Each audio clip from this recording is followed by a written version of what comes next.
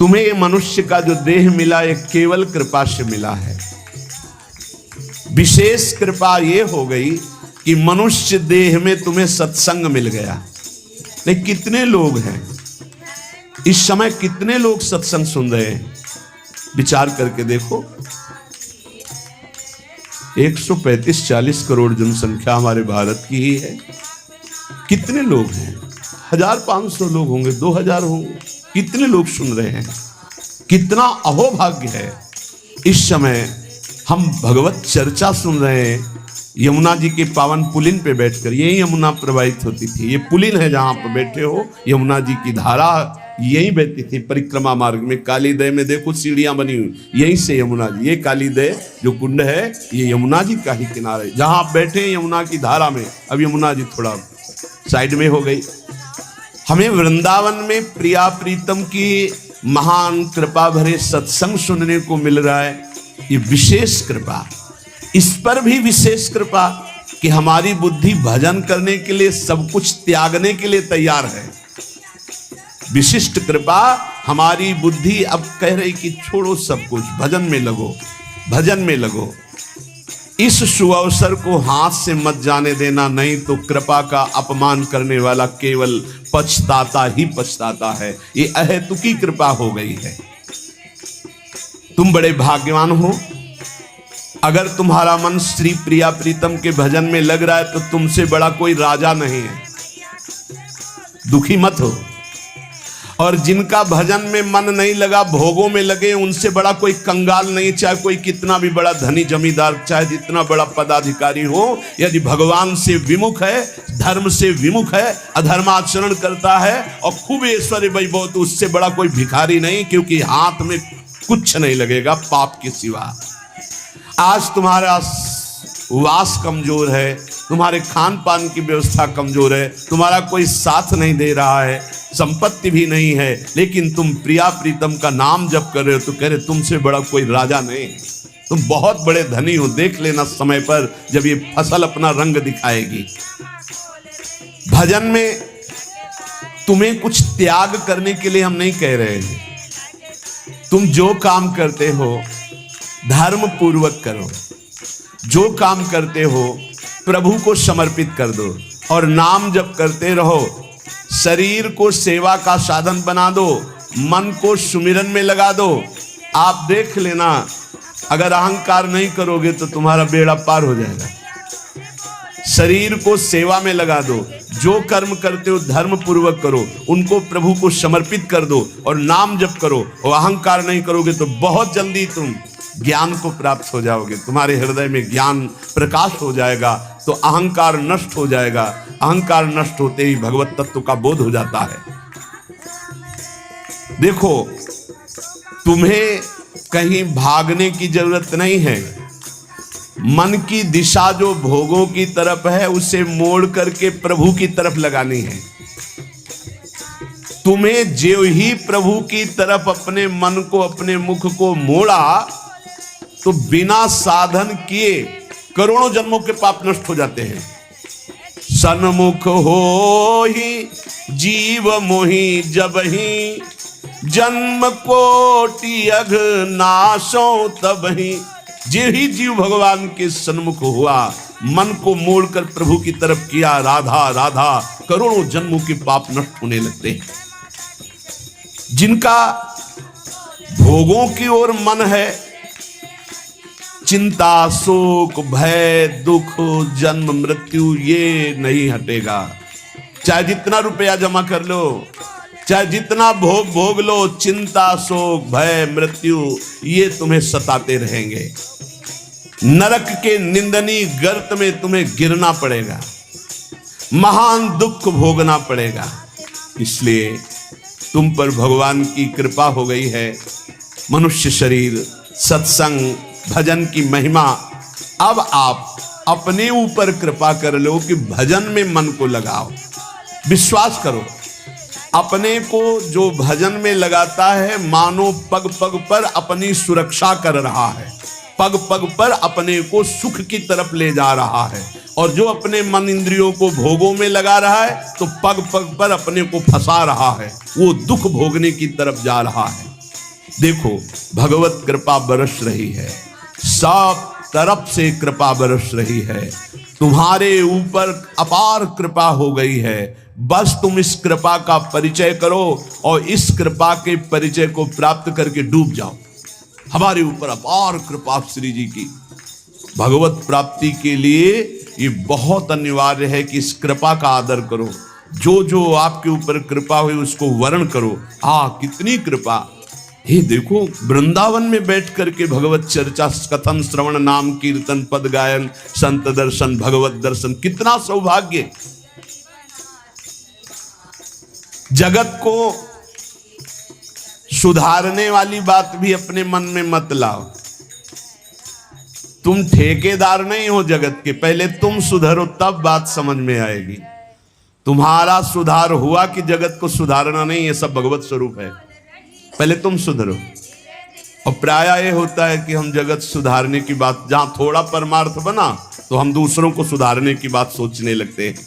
पहले तत्व तक पहुंचो, पहले बोध प्राप्त करो, नहीं तो बीच में अगर पूरे सच्चे खिलाड़ी नहीं हो तो माया के पार्षद टांग मार के अपने पक्ष में गिरा लेंगे और तुम अपने पक्ष में पहुंच नहीं पाओगे। इस जगत को प्रभु स्वरूप समझो और अपने आप को प्रभु के चरणों में न्यौछावर करके चुपचाप दीन बन के अपने को छुपाते हुए दीन बंधु के सुमिरन में खो जाओ। जो थोड़ी भक्ति करके लोगों में परिचय बनाना शुरू कर देते हैं कि मैं भगत हूं, मैं अमुक अनुष्ठान कर रहा हूं, मैं अमुक अमुक साधना कर रहा हूं, बिकने लगते हैं। याद रखो वो प्रभु की प्राप्ति के पथ से बहुत ही भटक जाते हैं। प्रभु के प्रेम रंग को प्राप्त करने के लिए जब तक भगवत प्राप्ति ना हो जाए तब तक परिचय को छुपा के रखना चाहिए। अपना परिचय कोई न जान पावे कि मैं कौन हूं, क्या हूं, कैसा हूं। जितना तुम परिचय छुपाओगे अपना, उतना परिचय प्रभु अपना प्रकाशित कर देंगे आपके सामने। और जितना आप अपना परिचय बढ़ाओगे उतना ही प्रभु अपना परिचय छुपाते चले जाएंगे। सिद्धांत को समझ लो। जितना आपका परिचय छुपेगा उतना ही आप अपना परिचय प्रकाशित कर देंगे, और जितना आप अपना परिचय प्रकाशित करेंगे उतना ही आप अपना परिचय छुपा लेंगे। प्रभु याद रखो, तुम्हारे ऊपर कृपा निरंतर बरस रही है। कृपा चारों तरफ से घेरे हुए है। कोई क्षण भी ऐसा ना जाए जिसमें तुम कृपा सिंधु प्रभु का विस्मरण कर दो। स्मरण परायण रहे, एक भी क्षण स्मरण के बिना ना जाए। कोई भी क्षण ऐसा नहीं जिसमें तुम विस्मरण करो। सावधान, तुम्हारे ऊपर अपार कृपा है। इसी जन्म में भगवत प्राप्ति कर लो। हम 40 वर्ष की स्मृति को देख करके कह रहे हैं, क्योंकि खास स्मृति जो जागृत हुई स्मृति, बड़ा परिवर्तन 40 वर्ष में, बड़ा परिवर्तन। आगे अगले जन्म में क्या हमको भजन करने के लिए अवसर मिलेगा पता नहीं, कितना विघ्न आ जाएगा।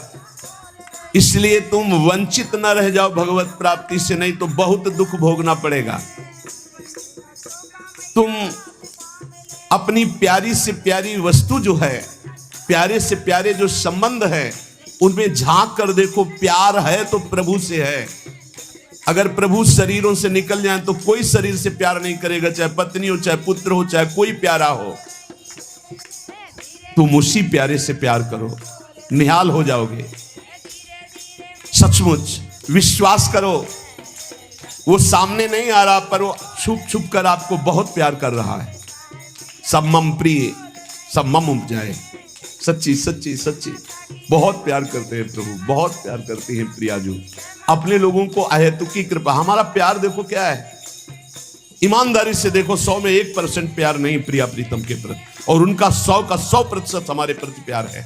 देख लो कहां हम कौन हैं, कैसे हैं, आज भी कैसे हैं, और उनकी कृपा कहां बैठा ले। क्या कर रही कृपा उनकी, कितना अमोघ। हम कर रहे हैं तो बुरा ही कर रहे हैं, और वो कर रहे हैं तो कृपा ही कृपा कर रहे हैं। हम सो ना बिगाड़न को, तो सो ना समारन को, तो ही मोई परी होड़। जब ये बात हम देखते हैं तो रोना आता है। कहां उनकी अपार कृपा और कहां हमारी नीचता। वो अज्ञात रूप से आपको बहुत प्यार करते हुए हर समय आपको दुलार कर रहे हैं।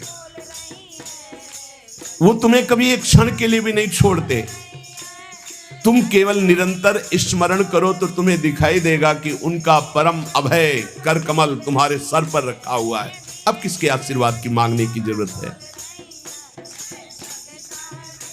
तो आप पूछेंगे कि यदि इतनी बात आप कह रहे हैं कि हमारे को चारों तरफ से भगवान की कृपा घेरे हुए है, हमारे ऊपर भगवान का अभय वरद हस्त है, तो फिर मैं जल क्यों रहा हूं? मेरे अंदर जलन क्यों है? हृदय क्यों नहीं शीतल हो जाता? दिन रात हृदय में शोक है, विषाद है, चिंता है, आग की तरह जल रहा है, चैन नहीं मिल रही है। ये क्या कृपा है आपकी? ये क्या आपका अभय वरद हस्त है? आप कह रहे हो सब पर कृपा है, तो मेरा तो हृदय जलता रहता है, मेरा तो हृदय विषाद, चिंता, शोक से युक्त रहता है। उत्तर ये है, ना आग है ना जलन है, तुम समझ नहीं पा रहे हो। तुम्हारी उल्टी सोच की जलन है, तुम्हारी उल्टी समझ के कारण ये जलन है। अगर समझ जाओगे तो निहाल हो जाओगे। तुम्हारी उल्टी चाल है, दुख की तरफ चल रहे हो, असत का चिंतन कर रहे हो, जो जलन है उसका चिंतन कर रहे हो, उसमें फंसे हो, इसलिए जल रहे हो। क्या होगा? इतनी संपत्ति से क्या होगा? इतना हो जाए तो आज तक कोई ऐसा मिला हो कि हाथ उठा के भगवान से कह दिया हो कि बस अब मत देना, संपत्ति हमारे लिए पर्याप्त है? कभी नहीं। 100 तो हजार, हजार तो लाख, लाख तो 10 लाख, 10 लाख तो करोड़, करोड़ से अरब, अरब से खरब। कितना मर जाओगे, एक चवन्नी तुम्हारे हाथ नहीं जाएगी, 25 पैसे हाथ नहीं जाएंगे। बस ये सोच तुम्हारी तुम्हें नरक ले जाएगी, तुम्हारी दुर्गति कर देगी। यही तुम्हारे जलन का कारण है। जलन का कारण भगवान नहीं है, जलन का कारण और कोई व्यक्ति नहीं है। जलन का कारण आपकी सोच है, आपका चिंतन है, आपका भाव है। इसी भाव को, जो मलिन भाव है, भगवत भाव में लगा दो, अभी आनंद में डूब जाओगे। आपका चिंतन। 2 ब्राह्मण बैठे हुए थे पास, एक भगत आया, उसने कहा आज हमें 2 ब्राह्मण भोजन कराने हैं, आप चलेंगे? बोले हाँ हाँ।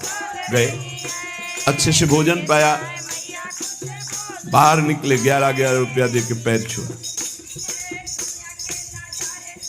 तीसरा ब्राह्मण दूर खड़ा देख रहा था, तो एक ब्राह्मण मुस्कुरा रहा था जो प्रसाद पाके आया था, और दूसरा जल रहा था। तीसरे ब्राह्मण ने पूछा कि आप मुस्कुरा क्यों रहे? दूंगा यार, आज तो भोजन की भी व्यवस्था नहीं थी, भगवान ने कितनी कृपा की, भोजन भी मिला, 11 रुपया दक्षिणा मिली। दूसरे का आपका चेहरा उदास है, आप जलन से युक्त क्यों है? यार हमने सोचा था 51 रुपया देगा, 11 दिया, तो 40 का तो घाटा हो गया ना, इसलिए जल रहा हूं। अब उसमें बोलो भगवान की क्या कमी है? भगवान ने दोनों को भोजन दिया, 11 दक्षिणा दी, उसका भाव उसको जला रहा है, उसका चिंतन उसको जला। एक खुश है कि भोजन भी मिला, 11 रुपया मिले, एक नाराज है, जल रहा है कि 51 तो देता, 40 का घाटा हो गया, हृदय में जल रहा है। ये जलन, ये शोक, ये चिंता, ये विषाद तुम्हारे चिंतन से है, तुम्हारी गलत दिशा से है, तुम्हारे गलत आचरणों से। भगवान की कृपा आप पर है, पर आप गलत दिशा जा रहे हैं, आप गलत चिंतन कर रहे हैं, आपका गलत भाव है, इसलिए आप शोक, विषाद, चिंता, भय आदि में है। तुम्हारा ज्ञान अज्ञान ही है, क्योंकि तुम दुख को सुख मानकर भोगने के लिए दुख की तरफ जा रहे हो। इस संसार में जिसको कहीं कुछ भी अच्छा लग रहा है, कोई भोग, कोई व्यक्ति, कोई उत्पाद, कोई वस्तु, वो अज्ञान ही है। दुखालय मशाश्वतम बोर्ड लगा दिया भगवान ने, यहाँ नाशवान सब कुछ है जो कुछ भी आपके पास है, और सब दुख देने वाला है परिणाम में। परिणाम में, वर्तमान में तो तुम्हें सुखद लगेगा, लेकिन परिणाम में दुख देने वाला यहाँ सब कुछ है। जो दिखाई दे रहा है वो है नहीं, जो है वो दिखाई नहीं दे रहा। यही माया का कार्य है। इसलिए तुम्हारी सुख की कामना तुम्हें दुख दे रही है। तुम्हारे हृदय में जो ये भाव बैठ गया है कि हम रुपया से, पद से, भोगों से, नाना प्रकार की सामग्री अगर हम मन चाही मिल जाए तो मैं सुखी हो जाऊं, कभी सुखी नहीं होगे। अगर मिल भी जाए तो कभी सुखी नहीं हो सकते, क्योंकि तब लग कुशल न जीव को, सपने हु मन विश्राम, जब लग भजत न राम को, शोक धाम तज काम। जब तक शोकों के धाम, कामनाओं का त्याग कर भगवान का भजन नहीं होगा, तब तक शांति नहीं मिल सकती स्वप्न में भी मन को। ये जो सृष्टि दिख रही है ये ऐसी है नहीं, ये अविद्या के कारण दिख रही है। ये ब्रह्ममय है, ये भगवत स्वरूप है। भगवान गीता जी में कह रहे हैं वासुदेवा सर्वमिति, समात्मा सुदुर्लभा। जो महान आत्मा ऐसा देखता है कि सब भगवान, केवल भगवान, पूरे के पूरे भगवान, मत्ता पर तरफ नान्यत किंचित अस्ति धनंजय, किंचन मात्र कुछ और नहीं, वो भगवान की कृपा से परमानंद में डूबता है। चलो, यदि तुम नहीं सुधर सकते, नहीं छोड़ सकते, तो जो होता है होने दो, तुम नाम को पकड़ लो। तुम्हारे रोकने से न मन रुक रहा है, न इंद्रियां रुक रही, न बुरे आचरण रुक रहे हैं। छोड़ो, रोकने की बात छोड़ो, पकड़ो, नाम को पकड़ो। राधा राधा राधा। अपने आप घृणा ना हो जाए तो हमसे बता देना, अपने आप घृणा हो जाएगी, पक्का हो जाएगी। बड़े बड़े विषयी पुरुषों को ऐसी घृणा हुई कि जीवन में लौटकर कभी भोगों की तरफ नहीं देखा। जीवन में लौट करके ऐसे आसक्त भोगी पुरुष, और जिस समय नाम का कृपा प्रसाद चढ़ा तो लौट करके नहीं देखा उन भोगों की तरफ। तुम तो बस अपने मंगलमय प्रभु के चिंतन में चित्त को जोड़ दो, फिर देखो कैसा परिवर्तन होता है। तुम किसी स्थिति की खास कल्पना मत करो, निश्चिंत हो जाओ। तुम नाम के जपने में चित्त को जोड़ दिया तो ऐसे सुख के प्रवाह में पड़ोगे, तुम्हें पता ही नहीं है कि कितना सुख नाम जापक को मिलता है। अगर नाम जप नहीं करोगे तो तुम्हें पता है तुम सुख के लोभ में ऐसे भयानक जगह गिरने जा रहे हो जहां से तुम्हें केवल केवल हरि बचा सकते हैं, दूसरा नहीं। बड़ा सुंदर दिखाई दे रहा है, बड़ा लुभावना सुखद दिखाई दे रहा है, लेकिन भगवान से विमुख होकर जब इसको भोगने जाओगे तो ऐसा फंस जाओगे कि निकलना मुश्किल हो जाएगा। संसार एक ऐसा सुहाना दलदल है जिसमें जानबूझ के जाके फंस जाया जाता है। दलदल का मतलब होता है ऊपर से एकदम सूखी पपड़ी, ऐसा लगता है कि बिल्कुल आप थल में आराम से चले जाइए, कहीं कोई परेशानी नहीं, और जो ही गए सो गले तक गए, एकदम रबड़ी जैसा वो मिट्टी होती, धंसते चले जाओ। ऐसा दुखद, ऐसा चिंता शोक जलन वाला संसार इतना सुहावना बना है माया से कि जानबूझ करके हम इसमें कूद जाते और जलते रहते। चिंता शोक भय ईर्ष्या द्वेष काम क्रोध लोभ मोह मद मत्सर एक है, ये सब तुम्हें जला देंगे यदि नाम जप नहीं करोगे। इसीलिए हर प्रश्न का उत्तर नाम जप है, क्योंकि साप का बल नाम में ही प्रकट होता है। इस दुख से तुम कभी अलग नहीं हो सकते, ये दुख तुमसे कभी अलग नहीं हो सकता, ये जलाएगा जब तक भजन नहीं करोगे। इसलिए भजन करना सर्वोपरि बात समझ लो। अगर समझ में आ रही हो तो समझ लो, केवल इतना समझ लो, तुम नाम को पकड़ लो, नाम सबसे छुड़वा देगा आपको। एक जन्म स्वांग ही कर लो भक्ति का, झूठा खेले साचा होए, झूठा शुरू कर दो। ये हमारा भाव तो नहीं बनता, हमारी भक्ति तो नहीं, पर अब कहा है तो राधा राधा शुरू करते। झूठा खेले साचा होए, ये मार्ग ऐसा, झूठे से बोलो राम कृष्ण हरि तो आपका मंगल हो जाएगा। जे ही आप नाम जपना शुरू करते हैं तो खास बात क्या होती है कि आपके जीवन की बागडोर स्वयं श्री कृष्ण ऐसे पकड़ लेते हैं जैसे अर्जुन के रथ की बागडोर पकड़ ली। अब वो आनंद की ही तरफ ले जाएंगे, आपको दिखाई देगा क्योंकि आपके नेत्र गलत है। जहां दुख है वहां आपको आनंद दिखाई दे रहा है, और जहां आनंद है वहां आपको दुख दिखाई दे रहा है। तो अब श्री कृष्ण आपकी यात्रा आनंद की तरफ करेंगे तो हो सकता है आपके नेत्रों में दिखाई दे कि दुख ही दुख है भक्ति में, लेकिन वास्तविक आनंद का मार्ग भगवान के चरणारविंद तक है। अगर इनके चरणों तक नहीं पहुंचे तो आनंद कहीं नहीं। आ ब्रह्म स्तंभ पर्यंतम सर्वम मायामयम जगत। विश्वास करो भगवान सत्य है, विश्वास करो भगवान नित्य है, विश्वास करो भगवान सर्वत्र है। तो भगवान सर्वत्र है, विश्वास करो तो भय किससे? एक क्षण के लिए भी वे तुम्हें नहीं छोड़ते, हर समय तुम्हारे साथ रहते हैं। ये बात कब जानोगे? जब नाम जप करते हुए विश्वास करोगे। भगवान तुम्हें बहुत प्यार करते हैं, वो सर्वशक्तिमान हैं। बस तुम उनकी तरफ मुड़ो, वो इतना देखना चाहते हैं। जो ही मुड़े तो सारी शक्ति लगाकर तुम्हारा कल्याण कर देंगे, और वो अपार शक्तिशाली है, फिर कोई आपको डिगा नहीं सकता, गिरा नहीं सकता। हम पुकारते नहीं हैं उनको। एक बालक विद्यालय की तरफ जा रहा था तो छोटा सकरा मार्ग था, तो एक पहाड़ के टुकड़ा करके गिरा, तो वो निकलने के लिए पूरी ताकत लगा के उठाया, फिर भी नहीं उठा, फिर और ताकत लगाया, नहीं उठा, फिर पूरी ताकत लगाया, नहीं उठा, और निराश होकर बैठ गया। उसका पिता देख रहा था, तेरी अभी पूरी ताकत नहीं लगी, तू मेरा बच्चा है, तेरी पूरी ताकत तो मैं हूं, मुझे पुकार। और आया और उठाकर बाहर फेंक दिया। बस हम में यही कमी है, हम बार बार माया से परास्त होकर हार कर बैठ जाते, लेकिन अपने पिता को नहीं पुकारते। हमारे पिता सम्मम प्री सम्मम उपजाए प्रभु हैं, हमारा पूरा बल प्रभु हैं। अगर हम अपने प्रभु को पुकारें आर्त भाव से, तो कोई भी माया का ऐसा रोड़ा नहीं है जो हमारे मार्ग में बाधा पहुंचा सके। विश्वास करो, भगवान सत्य संकल्प है।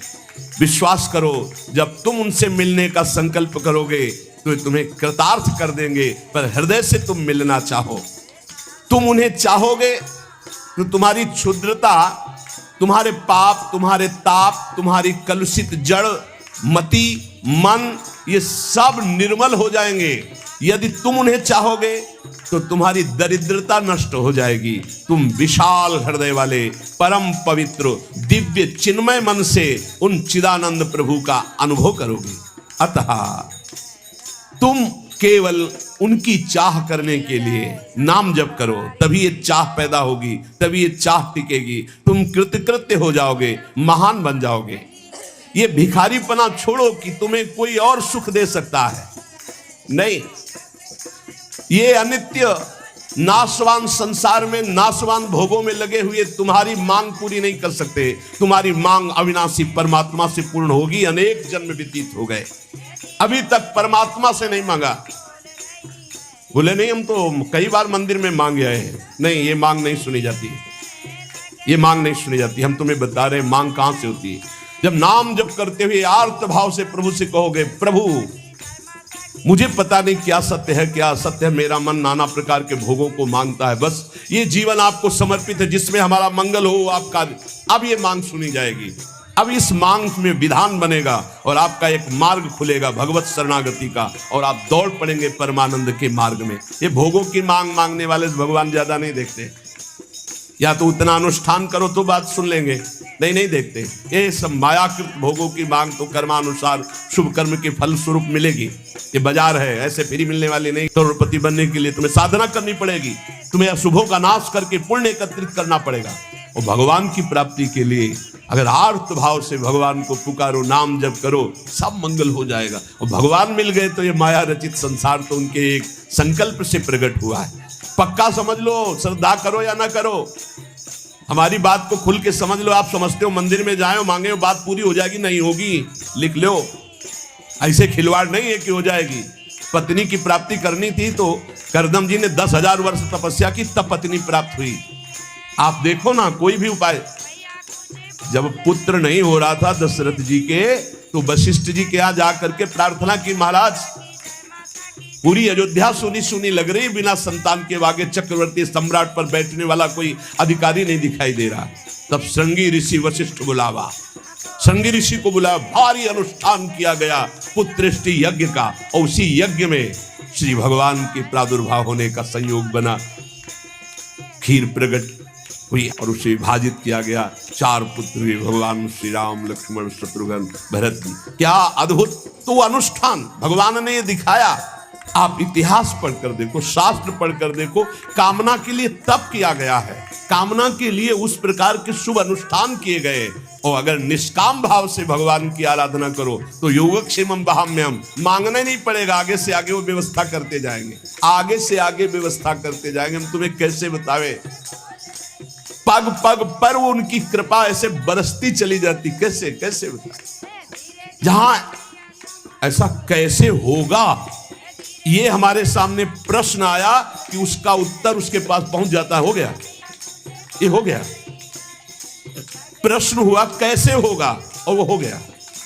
अरे कर तुम अन्यथा कर तुम, हम प्रभु की शरण में हैं, उनके वचन कभी झूठे हो सकते हो। कहते हैं अनन्य चिंतयन्तो माम ये जना पर्युपासते तेषाम नित्याभियुक्ता नाम योगक्षेमम वहाम्यहम, मैं स्वयं वहन करता हूं, अप्राप्ति की प्राप्ति कराता हूं, क्षेम की रक्षा करता हूं। किनको? जो केवल मेरा चिंतन करते हैं।